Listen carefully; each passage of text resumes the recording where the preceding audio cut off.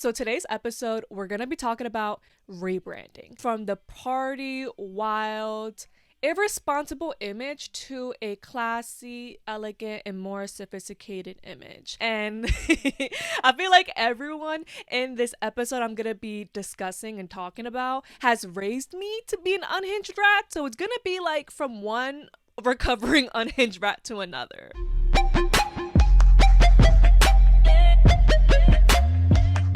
What is up, you guys? Welcome to the first episode of the Rehinge Diaries podcast with your host, Ali Karsa. So, the reason why I wanted to make this a whole episode about celebrity rebrand or influencer rebrand is because I feel like I'm going through a journey of rebranding. It's something I like quote all the time every day. Whenever I talk about something unhinged that I did, I'm like, but this was before the rebrand. So I'm like, let me make this a whole episode. But the people I feel like raised me to be unhinged, like I didn't have supervision by my parents. These people were my, they were my idols and they were like my role models. So I feel like that's kind of why it turned out the way that I did. But seeing the direction that they taken their lives in now, and I feel like I'm slowly following those footsteps, maybe because I literally have no personal thoughts and I'm just a follower. I don't know. But I think it's very fascinating and I really want to talk about it. And as you guys know, I feel like normal people have like an iPad or like their MacBook or computer. I have a paper that I stole from my job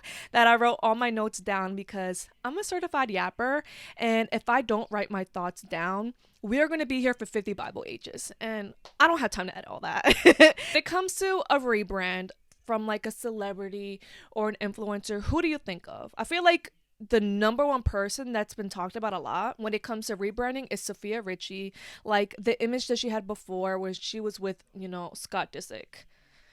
Girl, that's a whole nother episode within itself. But like the huge change that she's made into her life, like the way that she used to dress, the way that she used to act and hold herself, whereas now I'm like I want that kind of rebrand, but a part of me is like, am I even capable? I feel like truly when it comes to the rebrand of like when I'm thinking about myself, I feel like I'm a teddy bear and like they're like pulling my arms, like the angel's on my shoulder and there's the devil, and the angel's like, no, like we want greater things for ourselves, and the devil is like, bitch, like let's fucking set fire everywhere. It's like, does anyone else relate to that? Or I'm just unwell. I don't know. Back to the conversation. Another big person that I feel like deserves all the credit in the world when it comes to rebranding is Black China, because she was going through this big spiritual, you can even tell it, like I'm very spiritual, believe it or not, and you can just tell when someone went through some like personal actual, like a personal growth, some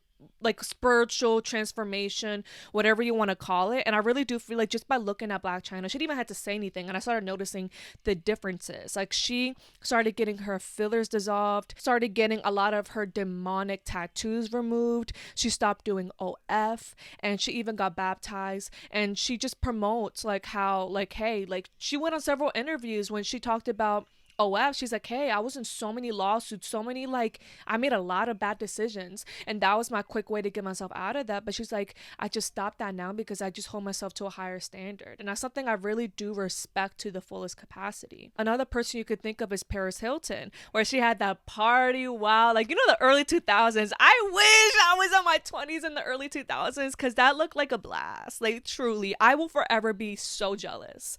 But Paris Hilton, when you think of the early 2000s, she was always getting followed by the paparazzi. That girl looked like she was having the time of her life, to where she's at now, where she's married. She's very business woman oriented, and she just holds herself to a higher standard. Snooki, now we gotta talk about Snooki. Snooki is a big one as well, where that girl was looking for the beach and she was standing on the beach looking for the beach, rolling in the sand looking for the beach.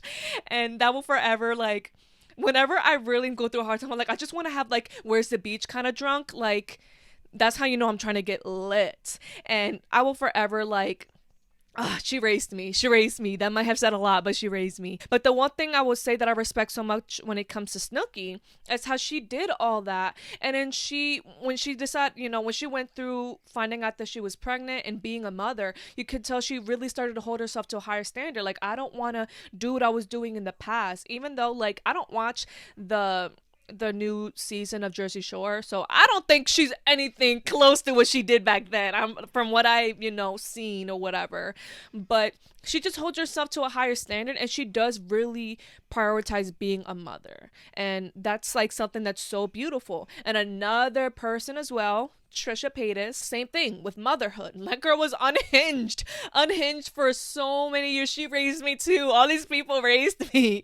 And she did so many outlandish crazy things, said crazy things, but the moment she met Moses, and then she had Malibu, and now has Elvis, you can tell she just holds herself to a higher standard. And I feel like that's what rebranding really comes down to, because I feel like a lot of people think, oh, you just stop drinking, you stop partying. No, it's just really you holding yourself to a higher standard. Because like Snooki, for example, she still goes out and has a couple drinks. She probably has a couple moments where she gets drunk, but it's just like she holds herself to a higher standard where she won't do it in the way that she did back then, where that girl was rolling in the sand, getting arrested, and like, showing her hoo-ha in the club, like, you just hold yourself to a higher standard. And that's what like rebranding means to me. And I really wanted to base this episode on Tana Mongeau, because she's the number one person that started making me question if I'm like at the point in my life where I should go through a rebrand. And we'll talk about my personal rebrand at the end of the episode,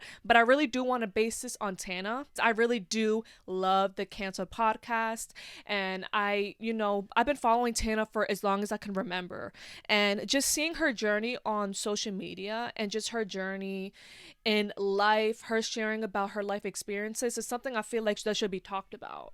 So, for those who don't know who Tana Mongeau is, she blew up around 2015 on YouTube with her like sex-themed story times. She, from what I can personally describe, because a lot of people are like, oh my god, I can't ever watch Tana because I can't relate to their content. Like I said, from one unhinged rat to another, it was giving big sister content.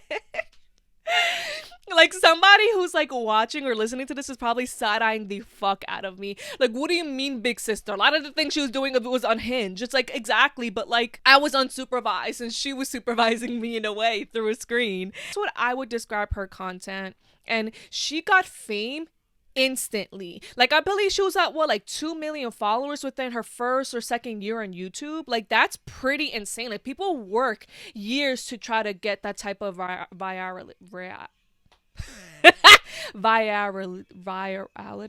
You know what I'm trying to say. She blew up so fast at such a young age. And on top of that, this was around the time where scandals were so romanticized. And that could be a whole nother episode within itself. I dare somebody to argue me with that. Like, I'm sorry, around that time, all these beauty gurus and all that were stirring shit up left and right. Jeffree Star was so problematic, but he benefited off of that because that was like what the culture was back then. Like, it was just so romanticized to stir shit up, whereas now cancel culture will touch you and destroy your business. So it's like, it was a different time. But to keep in mind that, of course, she grew the fame very quickly, and the party life that she was engaged in was so glamorized. Like, it was so glamorized to like do all these wild things and do drugs and all that, because I feel like around that time on YouTube, like, there was like the story time era, and a lot of the like people that were making content were so like PG friendly, because of course like brands are going to want to work with you if you're getting so many views.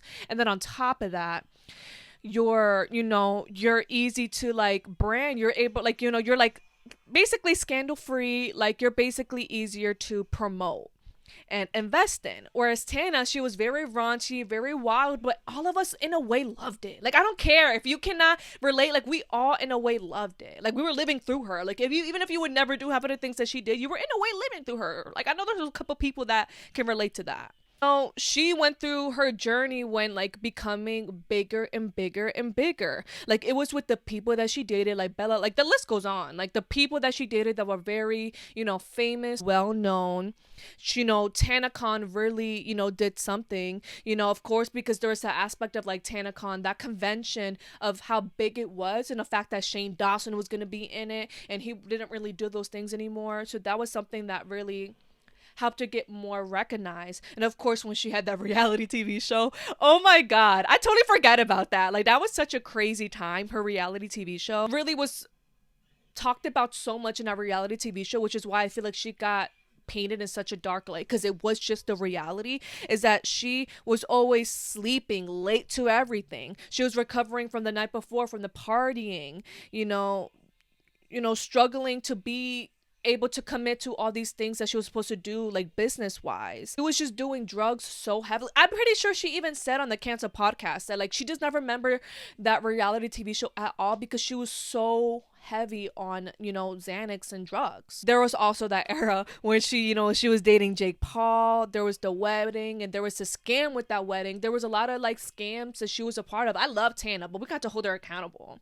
There's a lot of scams that she was in a way a part of that she went through in that journey as well. Addiction, like that girl was always like blacked out drunks, like she was always like taking or doing something. So that's like, it was just like a very messy image at the end of the day. Like she blew up at 17. And for me, the reason why I relate to Tana so heavily, and it was so hard for me to ever complete, like you ever have like an influencer or a celebrity you respect so much, but they did something that you really just can't ever respect, that you just kind of never like engage with them ever again. Where Tana, in like for me personally, I could never like completely push her away, because it was something that I can like so heavily empathize, is the fact that for me, I wasn't really raised emotionally or just taught a lot of things from my parents, but I had my sister. Like my sister raised me to be the woman that I am today. She did the best that she could, okay? Like even if I wasn't the best, like I don't want to sit there and make my sister look bad, but like she could only do so much, okay? But one thing I could truly say is that like I cannot imagine if I didn't have had if I did not have my sister to teach me a lot of the morals that I like still stand by today, or raise me to like act or have certain manners like that I still hold on to today.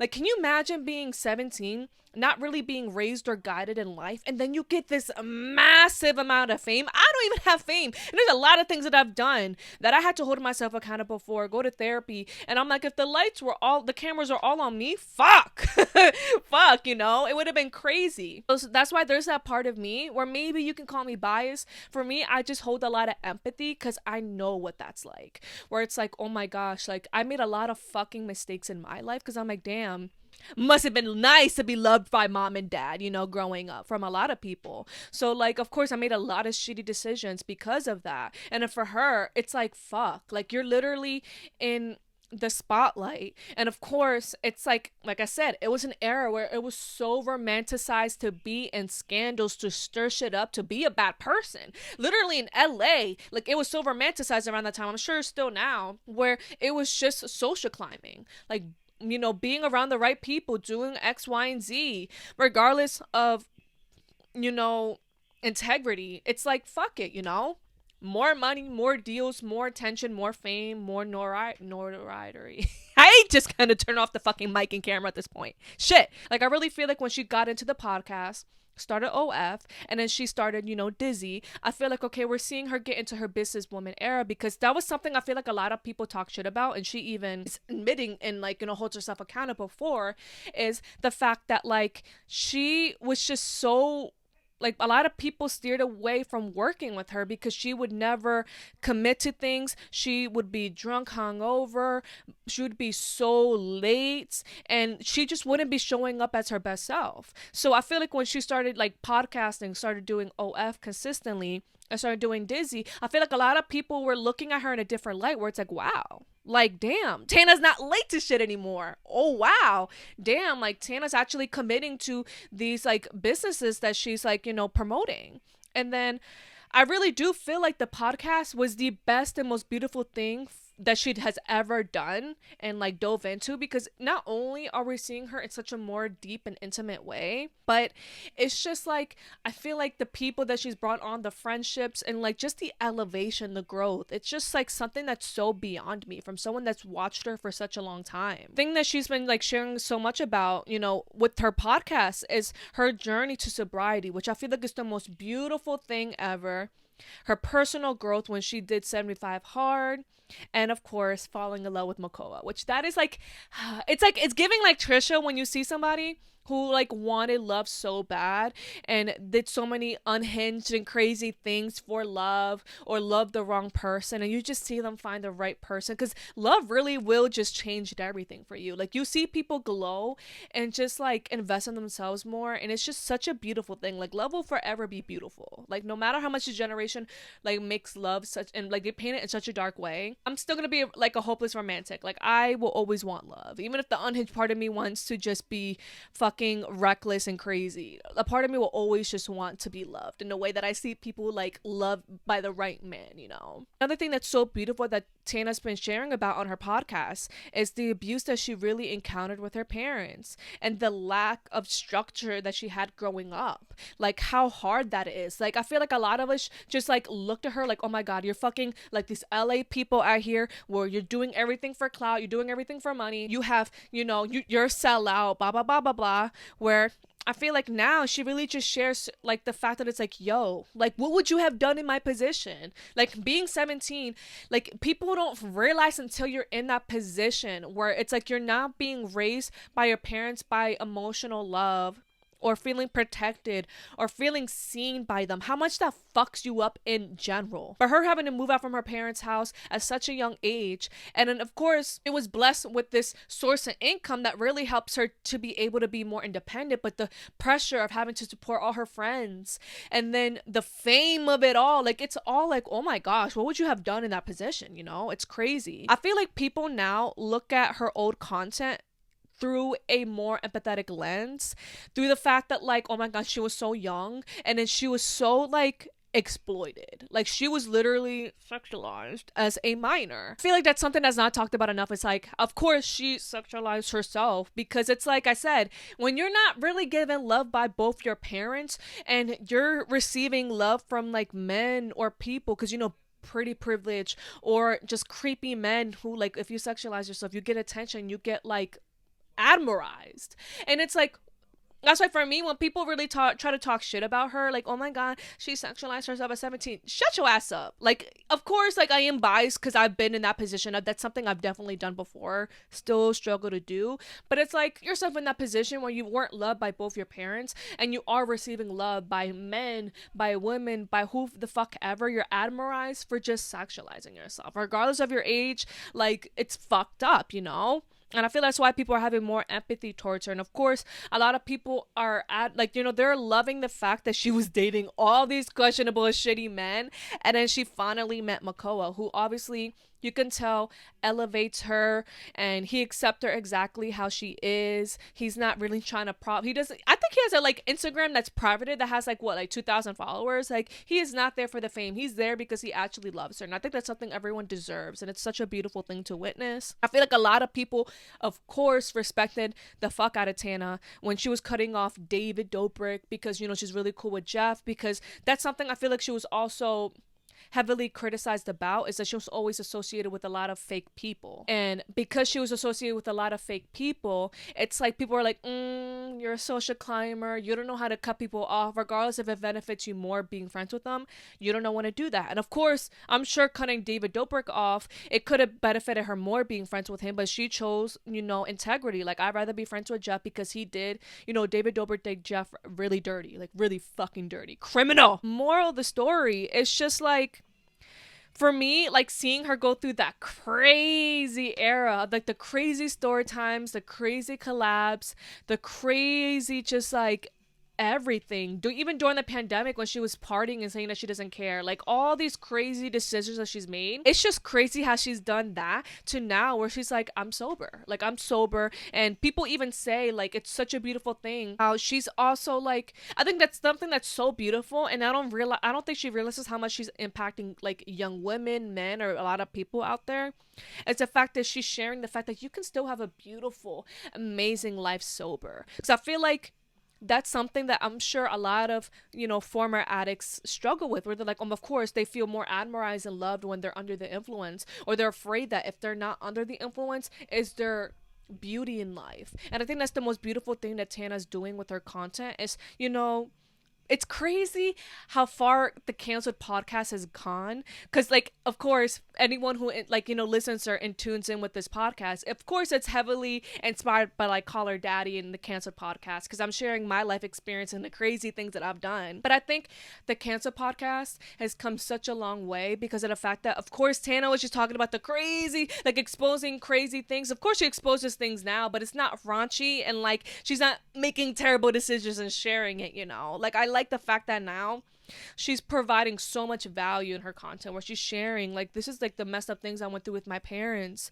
or sharing her experiences growing up so young into like this crazy spotlight. And of course being in LA, a crazy environment, like there's no way you're gonna grow to the best version of yourself in that type of environment, and I just think that it's so beautiful that she was exploited by the industry at 17, but she really sat there and pressed the reset button at the age of 25. And that's really what really inspired this episode. Of course, I changed the name of this podcast because I feel like I'm going through a big rebrand within myself because of, a lot of self-reflection I've gone through. But that's the beauty of just rebrand. That's the point that I really want to get across for this episode. You can press that reset button at any fucking time. If I were to sit there and really tell you my life from point coming at the cooch until now, your mouth will be on the floor. Like it really is. It's hence why I really wanted to get into podcasting. So I'm like, oh my god, I've been through some shit. I've been through some shit, and it's crazy, like when I went through my massive breakup like almost 2 years ago, like that was my biggest rock bottom ever, where I was like, I need to really change my life. Like it cannot, like if it can get any lower than here, I don't even want to experience that. It was to the point where my sister looked me dead in my eye. Like I'm sure, like I've already told you, that my sister raised me. She was like my mom and my dad. Like she is my, like, my rock. Like I will call her before anybody on this earth. Me and my parents are good now, but like my sister will always come first. Like she deserved and earned that position. But once upon a time, I was in rock bottom, and she looked me dead in my face, and she's like, if it wasn't for the fact that I have unconditional love for you, I would have cut you off a long time ago. She's like, Allie, you're a raging bitch. You don't care about anybody but yourself. You play the victim all the fucking time. You're insufferable to be around. And that was my, my reality check to go into therapy. And then I went through my big crazy breakup. It's like, oh my God. It was like all these life events were happening where it was forcing me to really just start holding myself to a higher standard, where I was like, I'm not going to react to situations like I did in the past. Like breaking bad habits that you had your whole life, it's a journey. Like it's a journey. And that's something I had to learn the hard way, because I thought, well, fuck, like if I go to therapy and do my little journaling, I should be fine. It's like, no, you're breaking so many bad fucking habits that were brought upon you by generational curses, whatever the fuck. It's not easy. For me, what really inspired me wanting to go through a rebrand of the podcast name or just my life in general was the fact that I just wanted to start holding myself to a higher standard when it comes to the way that I dress, when it comes to, the activities I want to participate in. Like I don't engage into hookup culture anymore. Like I just don't anymore. And that was something, it's crazy. Like I said, I have the devil and the angel pulling my arms, because there's parts of me that think, well, fuck it, like love feels insufferable to try to look for nowadays, because everyone's so fucked up, or I'm afraid to ever even let my walls down and actually be vulnerable and intimate, like in that fullest capacity. It's like, of course the angel and like in the devil, but then there's the angel where it's like, okay, I hate being treated like I'm an object. Like when I would dress a certain kind of way, I'ma still dress, I might have my moments, okay? I don't do that for attention no more. I just do it because I know I look good. But yeah, like I just hold myself to a higher standard, period. So it's editing me here. I forgot to mention the most important thing ever, which is my point of why I'm holding myself to a higher standard. And it's the fact that I don't participate in the old activities that I used to participate.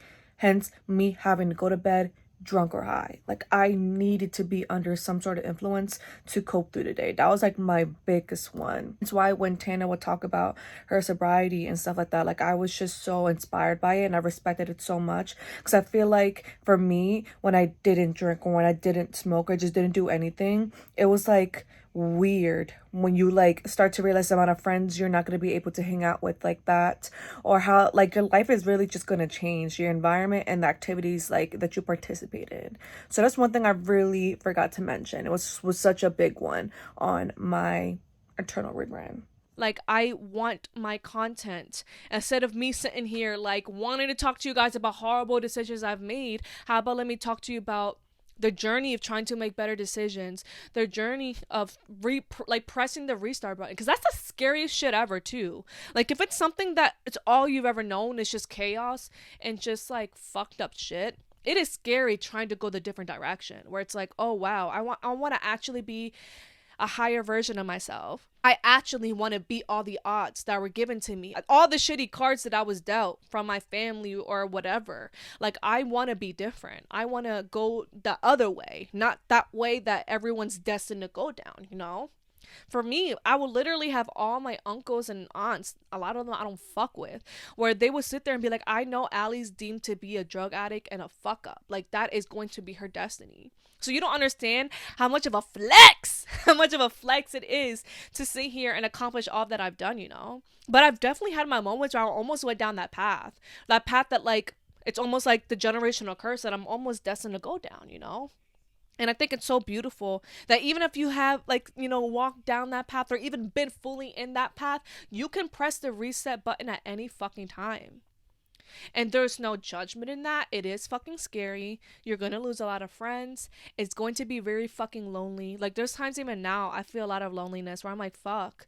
Like, my last best friend, who I was really close with, she was just like a toxic party friend, hyping me up to like engage into crazy hookup culture, like scenarios, or drinking to the point where I'm blacking out, humiliating myself in a club. It's like, that was literally my normal a year ago. Like, I thought that was literally happiness to its peak, until where I'm at now, I'm like, that shit's whack. Like, being hungover and wanting to get shut down, like getting shit done for my podcast and following my dreams, it's just not gonna, that's not gonna go together, you know? And not only that, if I really do want to be respected to the fullest capacity by men or in a relationship, I can't be acting the way that I was then, you know?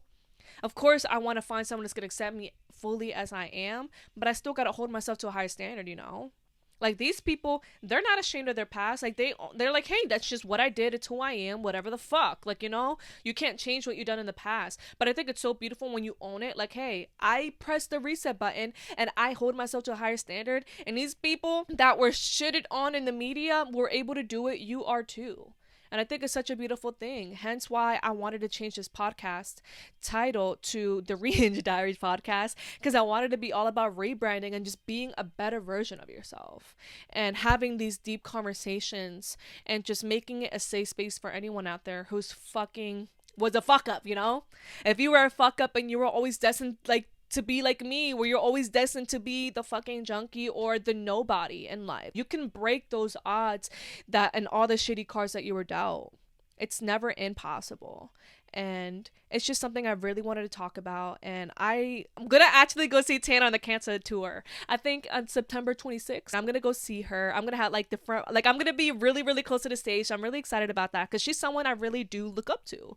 And that might make people side eye the fuck out of me. Like, why the fuck are you looking up to Tana? But it's like, I respect the fuck out of anyone who has dealt with the shittiest cards ever, and they pressed the restart button and they fucking sat there and they did the work, you know? Because it's not fucking easy. It is mentally draining. It's exhausting. It feels like impossible, and it's just such a fucking shitty thing to go through. Like, it really is. It really, really fucking is. Like, having to break so many generational curses and traumas that were never your fault that you ever had experienced is fucking not a fun time. I definitely want this podcast to go down a direction where we have more conversations like that. I definitely want to provide more value and look more into like these public figures' lives and like what we can take out of a lot of their life experiences or even mine. You never know. But that's definitely everything for today's podcast episode. Thank you guys so much for watching or listening. It's been a crazy, crazy ride. You're probably looking at me if you're watching this episode. I am now a brunette. It's crazy. I have not been a brunette since I was 17 and I'm 25 now. So I just needed, like I said, I'm going through this big rebrand where I'm just holding myself to a higher standard, and I don't know, like, I just wanted to change my hair because being blonde, it was just so damaging to my hair. I did too much bullshit to it, so it's like time to let it breathe and put, wave the white flag when it comes to being a blonde. Like my hair, it just couldn't do it anymore. I decided to go brunette, and I'm just really letting it grow out, and I'm trying to just let my hair really just be healthy again and luscious because I have naturally thick long hair, but I did too much bullshit to it. So I really wanted to go back to its state. And oh my god, you guys. It's been like, I know it's been a while since I've posted, and I'm so sorry if you guys haven't been in my issues, okay? We're in it together because I do too. But like, I was going through a really, really deep depression like the past two-ish weeks-ish or so. I was really, really depressed, and I needed to give myself like time to really relax because my skin, like when I get really depressed, my skin gets really bad. My hair looks like I literally just look like shit. I sound like shit. I'm not funny. I'm not slay, and it's just like I don't want to give you guys that. A part of me wants to just keep pushing forward from this moment forward now. Like I just want to keep going even if I'm not feeling good. Talk about it with you guys. Tell you guys why I'm feeling the way that I am because I am bipolar. So I really was going through a low. I'm slowly coming out of the low. I'm fighting demons right now to even film this episode because I just want to lay in bed and just fucking rot. But I know me doing that doesn't feel good because I know there's so much I can contribute and create for you guys and connect with you guys. So there's that. There's so many life updates I have to talk to you guys about. I've been on 2 atrocious, awful dates. I've just been going through so much, but I really think of that. I don't know. It's been crazy. I low-key want to like talk about it probably in the next episode, but I've been on really, really 2 atrocious dates. And it's been so like traumatizing dating now because my podcast is not even big. But it's annoying. I guess when you look me up on social, like when you look me up or Google me, my podcast comes up, obviously. But it's just so traumatizing. Like I haven't even met a guy yet. They're like, oh my God, I just stumbled across your podcast. I'm like, and then they do ghost me, so they're probably like, this bitch is crazy. She needs to be in a padded room. Like, she's a fucking, like, flapping red flag, So, I don't know. It's been crazy. It's been so many life updates I had to catch you guys up on, but I promise you I will the next episode. It's just been crazy dating stories that I have for you guys, so definitely stay tuned for that if you're interested, because I definitely am going down a different route of dating where I'm just not like back then where I'm just like hook up, like whatever, hope that he sticks. My way of dating back then was kind of crazy because I would sexualize the fuck out of myself and wonder, oh my God, like, is he gonna stick around and love me? It's like, girl, you didn't even give him the chance. Like, you sexualized the fuck out of yourself. So like I'm fighting demons in regards to that because that's all I've ever known. So just trying to take a different approach to dating. It's been very interesting. So I definitely want to share that more with you guys in upcoming episodes. And yeah, that's really all that's really been. Like I've just been really trying to come out of my low that I've been in the past couple weeks where I've been trying to be more productive, just go to the gym, even if it's just like once out of the week. Like I've been trying to just get back on track because it was really rough. Like there was literally like a whole, like I think all of last week I just laid in bed and binge watched Love Island, which if you guys want an episode on that, we have to talk about that. Like that's another craziness. Oh my God, the reunion is gonna be coming up soon. We gotta talk about that. It's just gonna be a lot. It's gonna be a lot. There's so many episodes to come and so many conversations to be had. So definitely hit that subscribe button down below. I definitely want to reach 500 subscribers. So definitely help me accomplish that. Okay, I promise I am not gonna abandon you guys again like that. Like I'm sorry. I'm fucking sad. I'll just film an episode anyways. Okay, I promise. But I love you guys so much. If you stuck around to the end of this episode, make sure to comment something down below. Get that engagement up. Okay. But if you're listening to this on Spotify, make sure to give it a 5 stars rating. I know you learned something, okay? Help your girl out. The lights gotta stay on. And if you're watching this on the podcast channel, make sure to give it a thumbs up, subscribe, comment down below. And I cannot wait to see you guys in the next episode. Bye-bye.